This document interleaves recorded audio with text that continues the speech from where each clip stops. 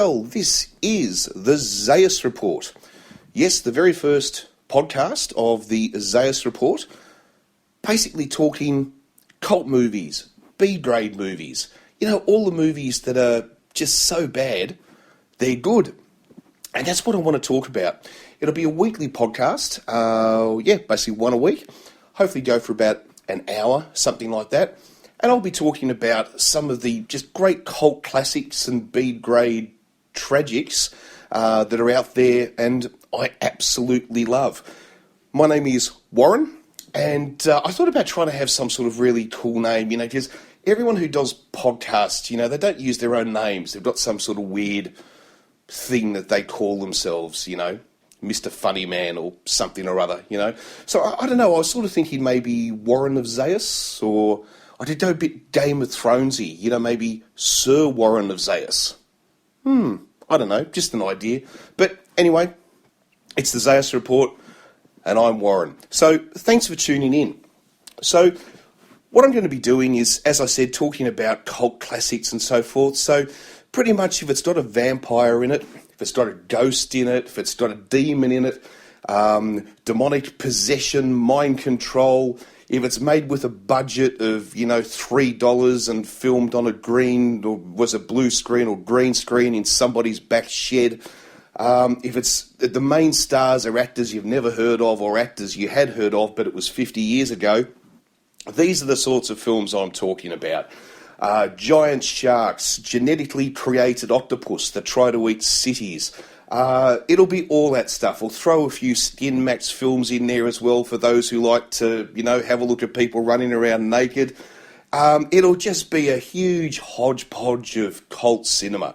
So I hope that you'll, hang around and listen to the podcasts that come as well.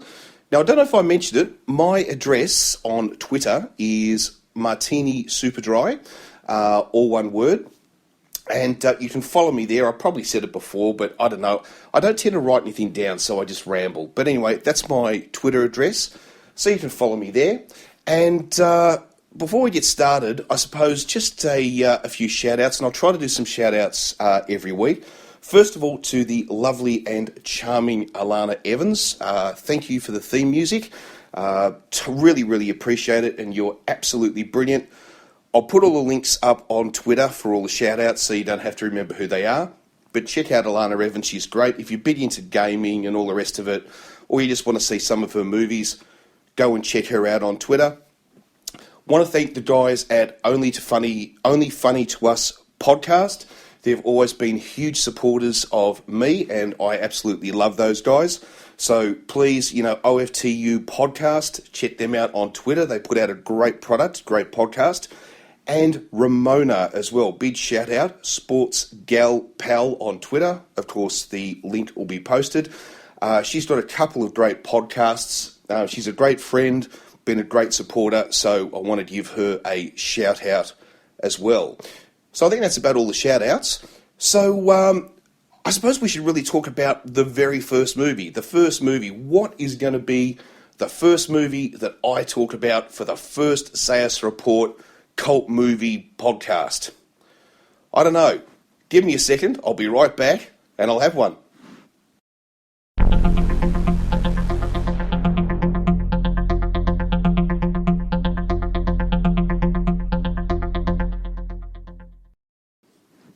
Well, welcome back.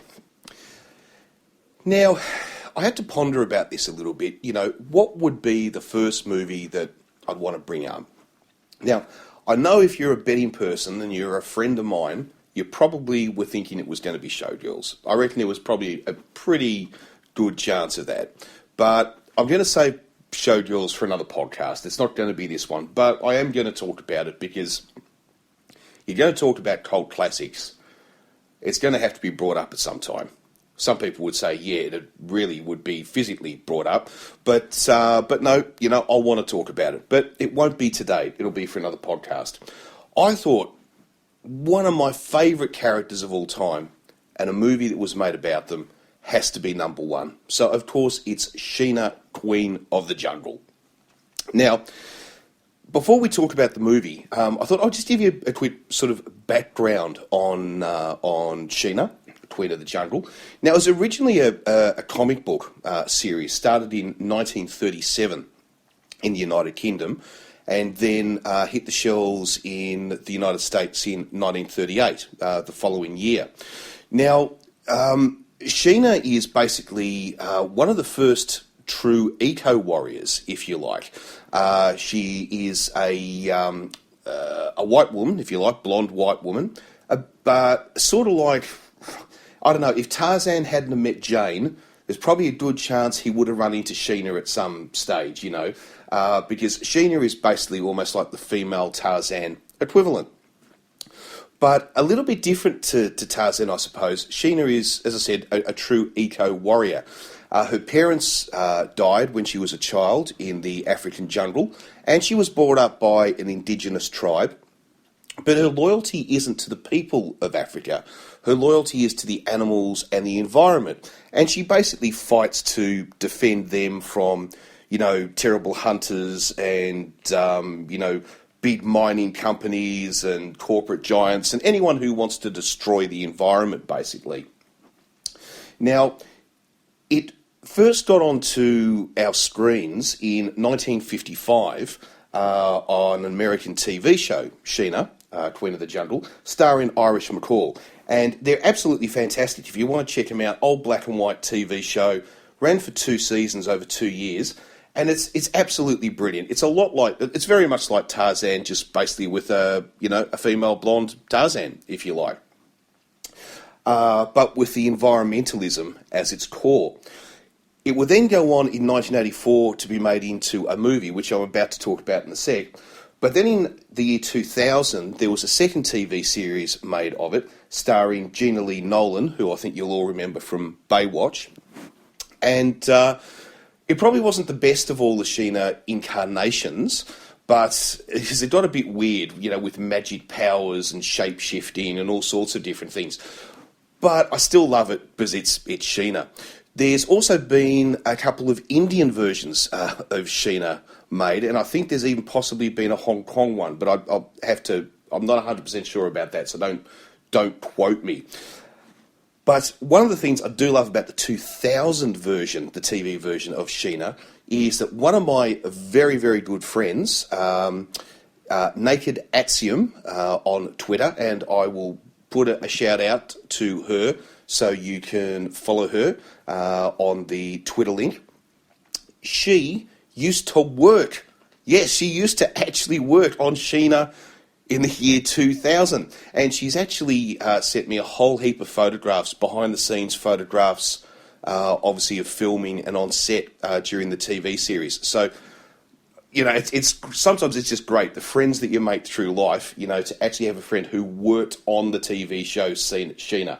Oh, it's just absolutely wonderful. So, big shout out to, I won't mention you by name, but I will put up your Twitter link. And so it's a bit like, what is that thing, you know, the hand that touched the hand that touched the hand sort of thing. So getting pretty close to Gina Lee there, you know, so, ooh, it's pretty nice. But anyway, what I want to talk about is the 1984 version, the movie version, because it's the only movie version that we've really had. The rest has all been TV, as I said. And this one starred Tanya Roberts as Shenna, and it starred Ted Vass, or Was, I think he pronounces his name, as her sort of offsider, if you like. It was directed by John Guillermin, I think he pronounces his name, Guillermin, something like that. Now, if you don't know who he is, and we're talking about here a bit of a B-grade classic, you'd be interested to know that he also directed movies such as The Blue Max and Towering Inferno. So he's got a bit of credibility to him, and this movie does have a bit of money thrown behind it, and it's you know, it stands up. It did in fact get cinema release when it actually first came out. Now, Tanya Roberts as Shenna, I actually think probably one of the better incarnations of Shenna. She plays it actually pretty well. She does the voice pretty well. She does it in a bit of a broken English, as if she'd sort of English wasn't really her first language, so she does it really well. So hats off to Tanya Roberts. And if you don't know who Tanya Roberts is, she starred in the very last season of Charlie's Angels. She was one of the Charlie's Angels. She was also a Bond girl. She actually was in one of the Roger Moore Bond films, A View to a Kill. But you'd also probably in more recent times remember her from That 70s Show. She was one of the stars in that. So, no, I'm a huge fan of Tanya Roberts. Yeah, absolutely. And she friended me on Facebook, so I'm pretty pleased about that. Now, what happens in this movie? Well, basically, it's the typical Shenna story, and that is that we've got basically a white man. In this case, he's a journalist. He's in Africa researching, his stories and all the rest of it. And we've got a major corporation that's hiring mercenaries to go in because they want to rip up all the jungle and, take all of the stuff out of the ground and leave it as a wasteland. And so, of course, our co-star, if you like, Ted Was, I don't know if it's Was or Vas. Somebody let me know. I probably got it wrong. Joins up with Tanya and basically the two of them go off to try to stop them and save the jungle. And that's really all there is to it. There's not a lot more to it. I have to admit though, it's the very second last big scene, which is the big battle scene, if you like. Is actually really, really good. I really, really like it. And it's one of those scenes that I reckon has probably been copied in other films. I won't give it away, but it's sort of like these people having a gun battle in these four-wheel drives on this big sort of like salt lake, while Shenna is trapped under her zebra, which she rides everywhere, because of course she rides a zebra. And she can't escape because, of course, her big toe is trapped under the zebra. So, of course, it's impossible for her to, work her way loose. And we have these dueling four-wheel drives sort of going around her. It's actually really, really well done. And considering it was filmed in 1984, I have to take my hat off, to this movie. I love it. It's one that's in my DVD collection. I still don't have it on Blu-ray because I don't think it's on Blu-ray yet. I'd love to get it with some audio commentary because I adore it. I really adore this film. And I highly suggest that you go out and get it and check it out. If you like Tarzan movies, especially the older ones, the ones that are a bit cheesy and a bit cheaper, then you will love it. So, please go out, do yourself a favour, as they say, and have a look at Shenna. It may be on Netflix, I don't really know, because my copy's on DVD, but check it out, give it a try. I promise you, you won't dislike it. You might not love it, but you won't dislike it. I worked in the garden center, and a lady came in, and we had the flowers or the plants, and she asked me how much the chlamydias were. The Only Funny to Us podcast, available now at onlyfunnytous.com. Well, what movie could we have to, I suppose, complement Shenna on our cinematic journey today? And I think there's one that I'd like to bring up next, and that's, if anyone ever asks me, have you got a really good suggestion for someone who wants to watch a modern B-grade classic? Not something from the 50s in black and white or anything like that, but something that's only, something that was made just, now or a couple of years ago. A modern, real B-grade monster, giant animal, disaster sort of movie. Now, I know everyone, is on the Sharknado wagon and all the rest of it, and we will talk about Sharknado, all of them, on on another podcast, because, of course, we're only about 4 weeks or so away from the release of Sharknado 4, which I can't wait. Going to have a big party when that's on. But they're not really what I sort of recommend. They're fun. They're great fun, and I love them. But to really get a grasp of what modern, I suppose, B-grade movies are about, this is the one I always recommend to people, and it is Two-Headed Shark Attack. Now, I've talked about this movie. I did a YouTube video about this movie, actually, a couple of years ago when it came out. Now, it's from 2012, directed by Christopher Ray, and it's sort of got most of the things that you really want in a B-grade movie. And even the casting isn't too bad for what people are sort of meant to be doing. But I'll get to that in a sec. Now, it stars Charlie O'Connell. Now, if you don't know who Charlie O'Connor is, you probably will know his brother, Jerry O'Connor, who, of course, has been in tons of American TV shows and movies, as in, cinema release movies. Charlie, on the other hand, tends to get more, I suppose, lower-rated TV shows and sort of more B-grade, direct-to-video sort of movies. But I still like Charlie O'Connell. I think he's actually pretty good.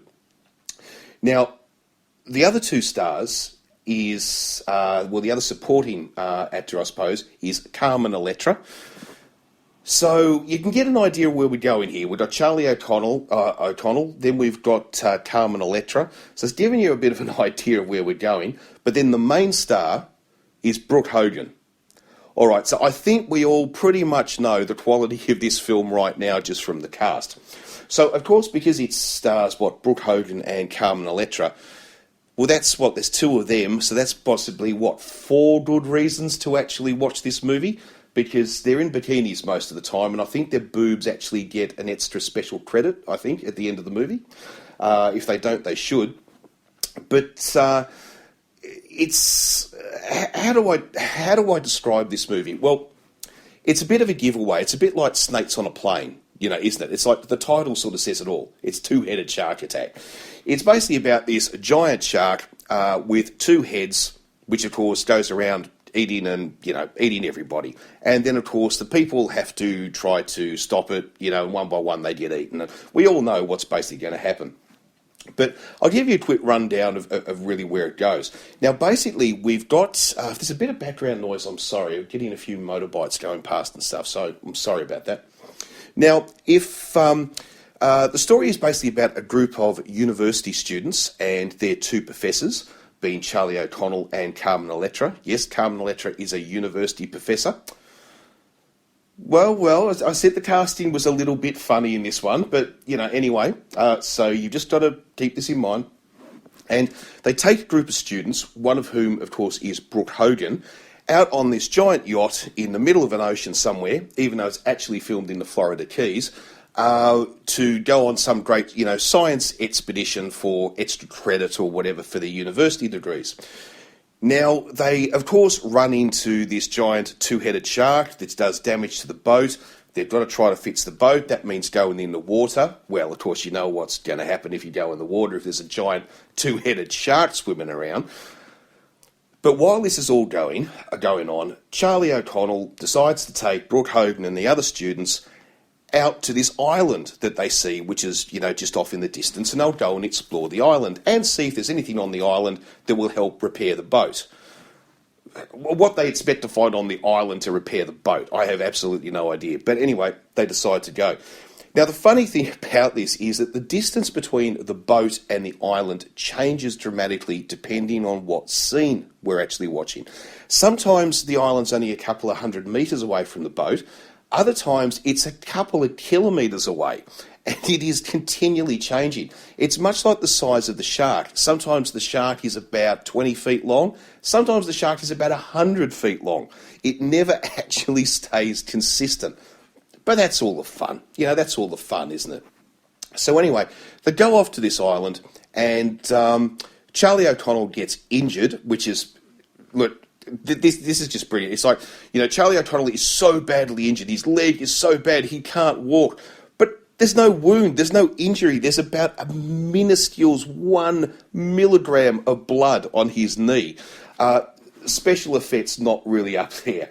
But anyway, they get trapped on the island, and then they find out that the island is actually volcanic and it's sinking.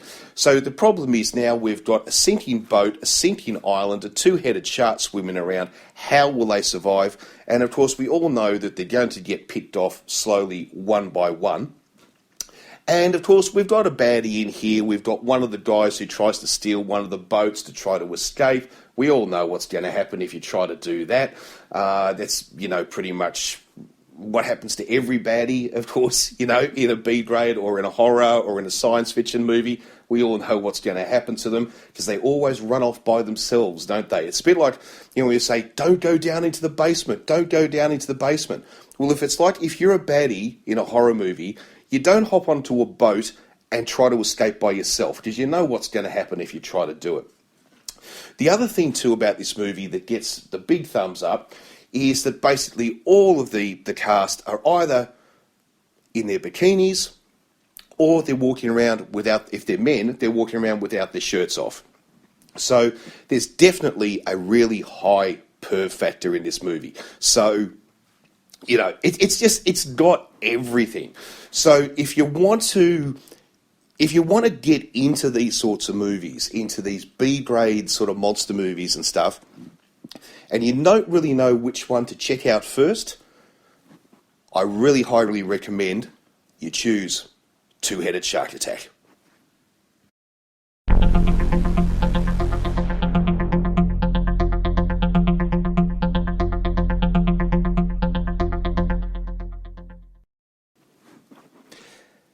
Now, since we were talking about Brooke Hogan before, why not do a second one? Because, let's face it, I'd crawl over broken glass, to say hello to Brooke Hogan. She's just she's so gorgeous. So, let's talk about another movie starring Brooke Hogan, another B-grade classic, I think, Sand Sharks. Now, once again, we're on the shark theme, of course, but this one is quite a little bit different. Now, it's from 2012, directed by Mark Atkins, and it's, of course, it stars Brooke Hogan, as I said before, and also Kieran Nemec. Now, you probably know who he is if you are a fan of Stargate, because, of course, he was one of the stars of Stargate for about 12 months, I think. And he pops up in all sorts of TV shows and movies all over the place. But this is a B-grader, which he's really good. This is meant to be Brooke Hogan's movie, but he sort of steals this movie. He steals it from under her, to be quite honest, because he just plays it so... I was going to say he plays it camp, but he's so funny, especially just with his physical humour that he uses in it. He really steals the movie. But anyway, what's it about? Well, I think we've all heard about sand sharks. They're a real animal, but still live in the water, okay? This one takes it to a new level. Now, these sharks actually live on the beach, like under the sand of the beach, not in the water. They've somehow evolved, to do this. And so I suppose it's in that sort of genre. We've seen lots of them before, where we have all these nasty biteys and, critters and whatnot that live under the beach and, grab, people and draw them down and, under the sand to their death. Or one movie I remember, they actually brought women down to actually mate with them. That was some weird movie. I'm going to have to remember what that one was. Sorry. I'll have to remember what that movie was so I can do a review on it. I can't remember what it was actually called. But, yeah, I'll get back to you on that one. But it's in that sort of, line of nasty, bitey critters that live under the sand. So it's set in a small seaside town. Yeah, that's pretty good. It's pretty normal for these sorts of films. And the mayor's son comes back to town after a very sort of unsuccessful business career, if you like, and he tries to set up these big events, to put the town on the map and to make himself some cash at the same time. But of course, Brooke Hogan, who is the environmental officer, sort of like the wildlife officer, Yeah, casting maybe didn't quite get this right. Brooke Hogan is an environmental sort of ranger. I don't know. But anyway, I still love her, so I don't care. She finds out about, these sharks, because all these people are disappearing on the beach and all the rest of it. So it's the same sort of classic story. You've got somebody who's trying to do something bad and make money, and you've got the people who find out that there's something going wrong, something bad, and they have to, stop people from going to the beach, but of course nobody believes them, and everyone keeps going to the beach, and people keep dying, and it's the same old, sort of story that we're all used to, until the end, when of course the two sides come together to do battle with, of course, their arch nemesis, in this case, the sand sharks. And once again, we know how it's going to end. I don't want to give away the endings to these films, because I'm hoping that you're actually going to go out and watch them. So I don't really want to give too many spoilers into how they end, even though it probably wouldn't make much difference in these movies. But anyway, I don't want to give it away. But the one thing about this movie is that I have to admit Brooke Hogan isn't in a bikini quite as much as she is in Two-Headed Shark Attack, but she still is in one quite a lot, so that's a thumbs up. But Torrin Nemec really does steal this movie. Some of his physical humour, even one like some of his facial expressions when people are being attacked, and when one of his co-workers gets attacked by one of the sand sharks, and he sort of has to try to hide the evidence, hide the body, so nobody knows. It's very funny, and so in some ways it's almost pushing a black comedy. But then again, a lot of these movies often do have sort of comic elements to them, I suppose. But, definitely check out Sand Sharks. If you're a fan of Brooke Hogan, you're definitely going to want to see it. As I said, I'd be happy just to have a half-hour video of Brooke Hogan eating a chocolate bar, to be honest. But check them both out. So, as I said, with Two-Headed Shark Attack and with Sand Sharks, if you're a Brooke Hogan fan, check them out. Even if you're not, check them out. These are, I suppose, what modern-day B-graders are all about. So I really do hope you get on your Netflix or go to your video stores, go to Amazon, whatever it is, wherever you get your movies from, and check this out. Oh, we're just careening off the track. This is going to be a long edit. Oh, God. No, that's staying in there. Okay. The Only Funny to Us podcast, with brand new episodes every Monday night at 8 at onlyfunnytous.com. Now, I did say that not every movie that'll actually be on, I'll talk about on these podcasts, is going to be B-grade quality. Some of them are actually going to be, I suppose, mainline movies, but a more cult classic, or movies that you may not necessarily have heard about, even though they were cinema release. Sometimes that may be because they're actually not from the United States, or from an English-speaking country. And that's the topic of the next movie. And it's called White Tiger. It's from Russia, from 2012. Now, it's... well, first of all, it's directed by... Now, I'm not going to get this name right. Karen Shakanenzov, I think it is. I'm sorry, my Russian is just not very good. And stars Alexei Verkov, I think his name is. And it's one of these sort of cross-genre movies. It's sort of like a supernatural thriller, but it's set in the middle of a war, and it's also a war film. So it's half paranormal and ghosts, and it's sort of half warfare and combat scenes. It's a really, really interesting film. Now, it was in fact Russia's foreign film entry in 2013 to the 85th Academy Awards for Best Foreign Movie. Now, it didn't win, but it does show you that this is actually, it's a mainstream movie, but fallen into sort of, I suppose, more cult status because of the topic and because it's sort of very out there. Now, we have seen other movies, other movies like this before. One of the more famous ones, I suppose, is from Britain, Dog Soldiers, which I think most of you will have heard of. Now, of course, that's a cross sort of genre film where we've got soldiers fighting werewolves. So, instead of just putting, people out in the middle of the woods and they get hunted down by werewolves, in this case we had, soldiers trying to defend a position, being attacked by a family of werewolves. So it made it a little bit more interesting. And we've seen, quite a lot of these sorts of movies being made. And White Tiger, I suppose, is just, another one of them. Now, the story to this one, and this is one I really, really do highly recommend you check out. If you're not into B movies or anything like that, you still will like this one. The only thing I do have to give you a warning is I don't believe, or I'm not sure that there is an English version subtitle of this available. There might be, though. My version isn't. My version only has English subtitles. It is in Russian. But, that's okay. I don't mind subtitled movies. But the story basically is it's set in the Second World War, or the Great Patriotic War, of course, as the Russians call it, obviously being a Russian movie.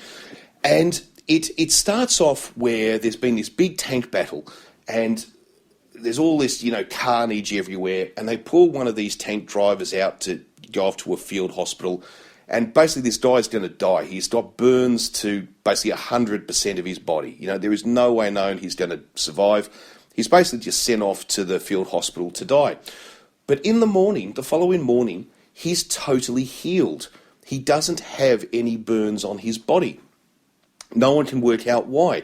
And the truth is, we never really work out why or what happened to him. It's sort of all kept as a bit of a secret. But one of the other things he picks up is almost his paranormal ability to be able to communicate with inanimate objects. In this case, tanks, armoured fighting vehicles used by the army that he has to drive. And it's a bit of almost got a bit of a Pantherist feel to it. That idea that Pantherists feel that there is spirituality in everything, whether it be a rock or a tree or whatever it is. In this, he's almost able to feel the emotions of the actual tanks that he has to work with as a tank driver.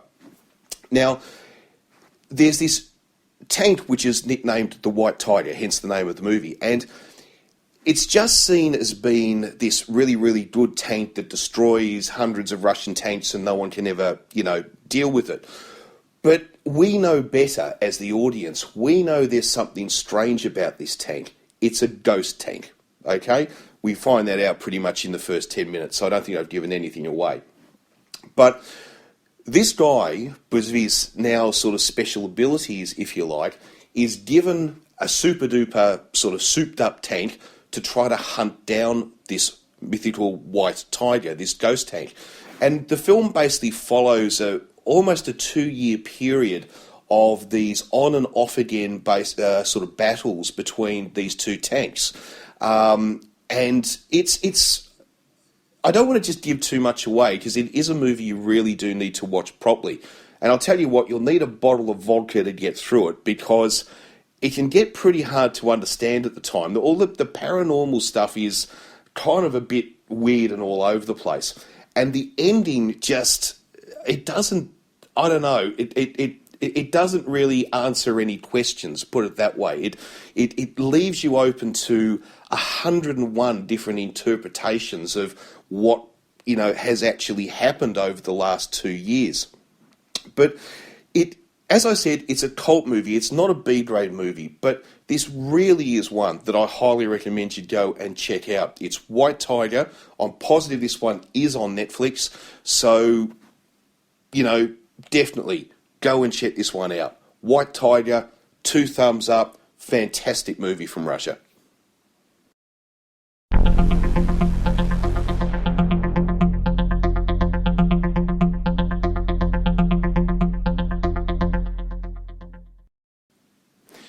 Now, after talking about a super serious cult classic from, supernatural cult classic from Russia, we move on now to an absolute piece of absolute lunacy from Australia.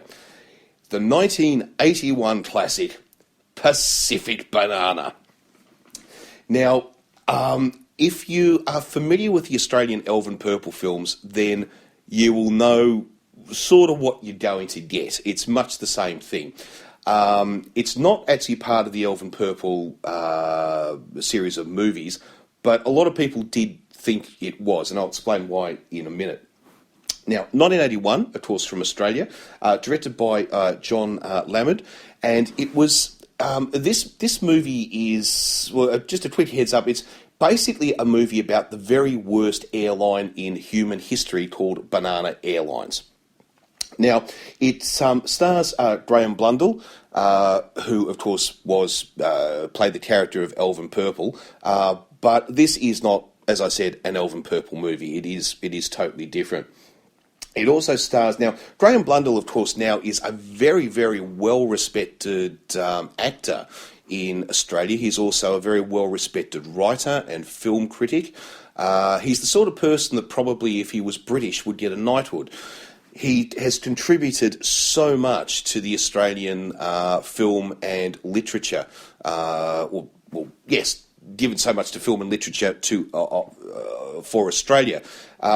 He's a bit of a national treasure, but back in 1984, he was still sort of working his way up the ladder, you might say. Now, it also stars Robin Stewart. Now, you probably know who Robert Stewart is if you're familiar with the Carry On movies, and it's an interesting point that I'll bring up in a minute. But if you're familiar with those, he was in Sid James's TV show, what was it? I forgot what it was now. I was going to say it was Man About the House, but it wasn't Man About the House. It was Bliss This House. That's right, sorry about that. So you remember him from British cinema, basically from the late 70s and through into the 1980s. You definitely remember him when you see him. It also stars Deborah Gray, who is a very well-known Australian actress, probably best known for her role in the Australian TV series Number 96, which was, a lot of people sort of say was a show way ahead of its time. It was basically HBO television in the 1970s, and it was pretty groundbreaking for the time. Also, Alison Best and Helen Hemingway, who are all people, if you live in Australia, you will know. You will see them on TV shows and movies all the time. Now, I suppose to get to the story of this movie, what is it really about? Well, it was actually meant to be the first of a brand new type of Australian exploitation movie, because through the 1970s and into the 1980s, Australia was making a lot of exploitation movies. And this was just another. But this was also hopefully meant to be the start of sort of a series of films in much of the same light as the Carry On movies from Britain. And there would be, maybe every 12 or 18 months or 2 years, there would be a new banana movie. So, for instance, the first one was Pacific Banana, then maybe they would have Tokyo Banana, then Paris Banana, then maybe there'd be African Banana and all the rest of it. But it never actually happened. They never actually got any further than the first film, which was a real shame, because this is just typical Australian larrikin sort of humour. If you like, especially old world humour, if you like movies, like the Carry On films, for argument's sake, then you'll like this. The only thing it's really missing is Mr. Humphries walking onto set saying, "I'm free." It's about really all it's missing. Now, the story basically goes that we've got our main character, Graham Blundell, who, after having a run-in with a certain person of the female persuasion, he gets sort of put off sex, is the best way to put it. And whenever he starts to get aroused, he sneezes and it all goes soft. But yeah, he can't do the job, is what we're trying to say. He's impotent. Yeah. So But he gets himself into some trouble because of this event, and he gets, because he's an airline pilot, and he gets sent away to work on this Banana Airlines, which work in the South Pacific, and they are the worst airline in human history. So basically his co-pilot is, of course, played by Robin Stewart, and the two air hostesses, or I suppose, what do we call them now? Stewards, I think, is, of course, Deborah Gray and Alison Best. And basically, the whole movie is really just about the adventures that they get on, or get up to, and most of the time they're getting naked while they're getting up to these adventures on this Pacific island. And all the way through the movie, he is being chased, or Graham Blundell, our main character, is being chased by Helen Hemingway, who is meant to be playing a 16, 17-year-old schoolgirl. Yeah, I know, it's a bit spooky that in itself, but remember, it's early 80s, so try to move beyond that. But, of course, Helen Hemingway was actually about 30 years old when she made this movie, so it's a little bit out there, but she's there trying to hunt him down because she's fallen in love with him, and of course, will she be there in the end to solve his problems? Well, I won't tell you how it ends because I hope you actually hunt down this film and watch it. But it's total lunacy, it's camp humour, it's totally politically incorrect, it's exploitation, it's full of naked people every 5 seconds.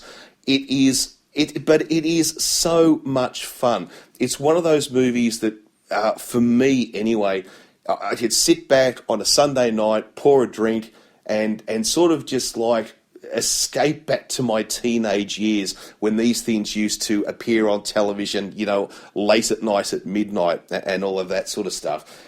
It's a great piece of Australian history because the period of Australian exploitation films were fantastic. I mean, we made a lot of really, films so bad that they're good during that time. And Australia doesn't do that a lot anymore. We now make all the historical dramas, and we want to sort of try to sell our country to the world all the time, rather than just letting go and having some fun. And Pacific Banana definitely does that. It does that in spades so much. Definitely try to hunt this one down. Pacific Banana. As I said, if you like British comedy from the 70s and the 80s, if you like, things like Are You Being Served, you will absolutely love this film.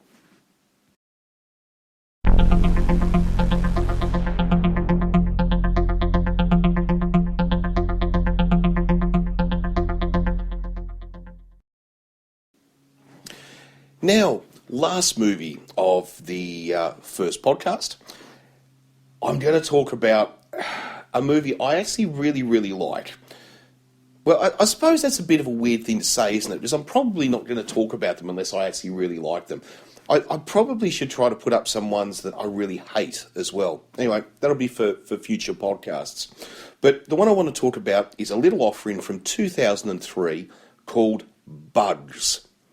Now, once again, it's a bit of a giveaway what it's going to be about. But it's not tiny little bugs, little insects. No, these are great big giant ones the size of Buicks. And we'll get to that in a minute. Now, it was directed by Joseph Conti, and he actually, I think, did a pretty good job in this one. There's actually quite a bit of suspense, and even though it's cheap, it actually holds itself up pretty well, especially considering it was made in 2003. Interestingly enough, too, he must have had a real hands-on approach to making this film, because when you look at the credits, he's not only credited with directing, he's also credited with about 10 or more different roles in the film, going from everything from special effects to God only knows what. So he was obviously very hands-on on this and really, had decided the direction this was going to go, and he was going to set it on that path. Now, it stars one of the most gorgeous redheads, I think, in human history in Hollywood, and that, of course, is Angie Everhart, who has been in more movies and TV shows than I can even think to remember. and also her co-star, Antonio Sabato. Now, the movie is basically about a railway line, or subway, if you like, which is being built under this sort of underground, under this sort of mountainy thing. And as it's being built and the trains are running through it and so forth, they have uncovered this nest of prehistoric insects, which, as I said, are the size of a Buick, or some of them are the size of a Mini Cooper, but they're big, okay? They're big. And, of course, they love to attack people, decapitate people, disembowel people, cut people's legs off. This is a bit of a gory one. There's a bit of blood in this one, even though the animals, of course, or the insects, the bugs, are all CGI. But still quite a bit of blood to it. So after these bugs, of course, have attacked all these poor innocent people, on the train, Angie Everhart, who is basically a scientist, of course. If you're going to cast a scientist, you choose, and it's, lingerie football league player, basically to play a scientist. And her sort of ex-boyfriend, who is a police officer, that's Antonio Sabato. They, of course, are going to go in and see what's going on, find out what's going on. Now, they're joined by a group of sort of, special forces people, all in black with lots of machine guns and all the rest of it, who go along with them. So, of course, the movie is basically about their travel along the subway until we get to the big final battle at the end. And we all know, once again, like all of these movies, what is going to happen. Each person, the lower down basically the hierarchy of ratings, they're going to get picked off one by the insects. We all know that. Pardon that, I'm just going to have a quick drink because I'm getting over the flu and I've still got a little bit of a sore throat, so just bear with me for 1 sec. Oh, that's better. Now, so as I said, we all know what's going to happen. They're all going to get picked off basically one by one, until there's only a few left in the very end, and we have to do, the big final battle, with the insects. But I like it. Angie Everhart, of course, is very good in this. Probably one of the things is that, she is not only an actress, but she's also an athlete. So she's very physically fit, and so she can do action sort of adventures very well. And this one is, in a sense, even though it's B grade, it is an action adventure, just with lots of gore. So I really do think this is a good one to go and, and check out. It's a bit older, remember, from 2003. So the special effects maybe don't quite live up to today's standard in 2016. But it's still pretty good. So definitely I recommend, go and check this one down. Bugs. It's definitely, I think, available on Amazon. Don't know about Netflix, but, go and check that out. But I do recommend it. Anyway, my voice is starting to go, so we may have to call it a day. I'll be right back.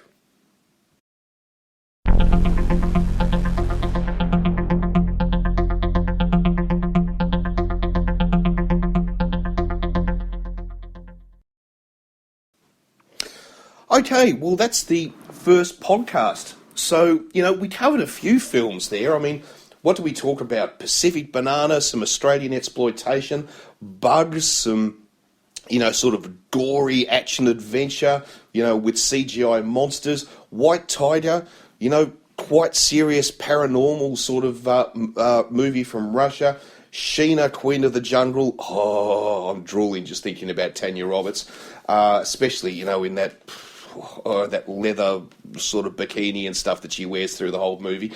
What else? Two-Headed Shark Attack, Sand Sharks. There were some good ones in there. And look, I hope you enjoyed listening. I'll be back next week with a few more movies to talk about. As I said, each show will go through, probably about an hour, something like that.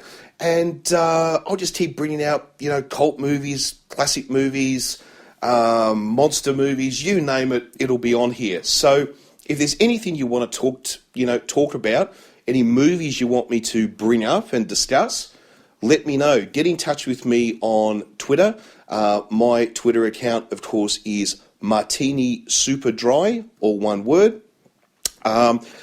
Thanks, of course, shout outs to Naked Atium, as I said before, to Sports Gal Pal, to Only Funny to Us. Links will, of course, be on the Twitter page. And thanks for listening. I'll be back next week. I hope you enjoyed. Please let us know. Get in touch with me on Twitter. And as always, I'll leave you with the beautiful, the charming, the wonderful Alana Evans.